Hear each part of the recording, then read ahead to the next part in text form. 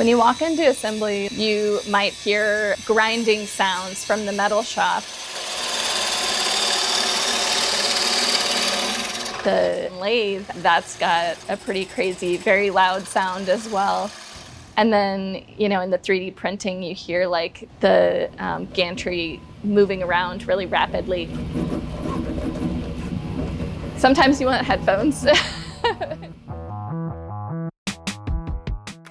This is also a great time if people want to just come up and look at stuff.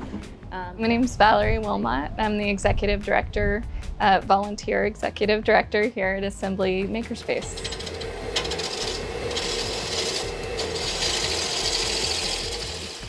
If no one has heard of the concept of Makerspace, the easiest way for us to kind of like get it to click for people is a gym membership for tools. People can come in and use and experiment and play on. Oh, whoa, you're getting towards the end of the rainbow.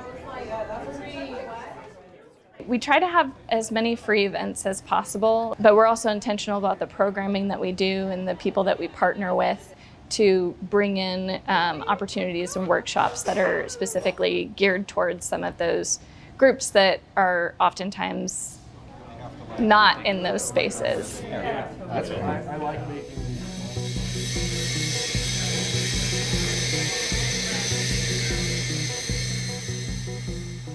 Originally, this actually started out as ATX Hackerspace. The culture was a little different. It was described, I think accurately, as like an 80s computer club vibe. It was dark, wasn't very clean. It wasn't exactly the most welcoming place.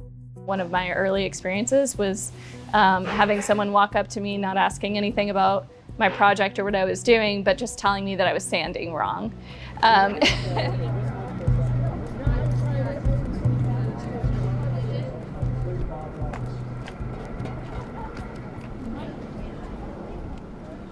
I grew up around tools, and it gave me this level of confidence and empowerment that translated into other areas of my life. Part of what drives me to do the work that I do here. I want to be a part of making that more accessible for people.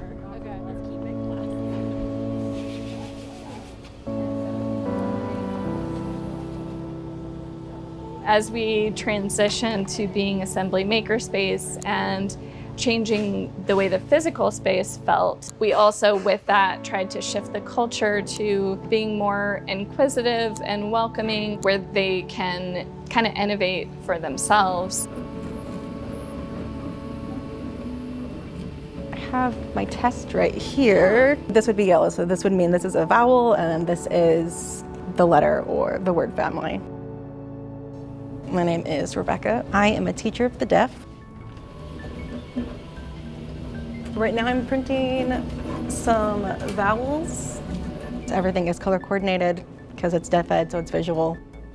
So we're trying to figure out how to take what the hearing kids are doing and make it accessible to deaf kids.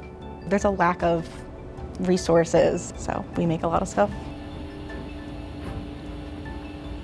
I couldn't afford the equipment that we have here at home, and I wouldn't be able to make stuff like this if I didn't have this kind of resource. The colors, that's fun.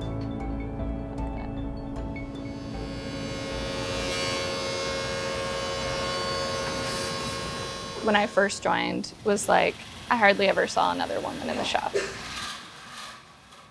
And there are still days like that here, but it's gotten a lot better. Part of getting there has been making sure that it feels like a safe space for everybody. That's one of the things that's the biggest value of this space, is just the people in it and the different perspectives. The way that a woodworker looks at a problem versus how a ceramics person looks at a problem is just like totally different. I got on.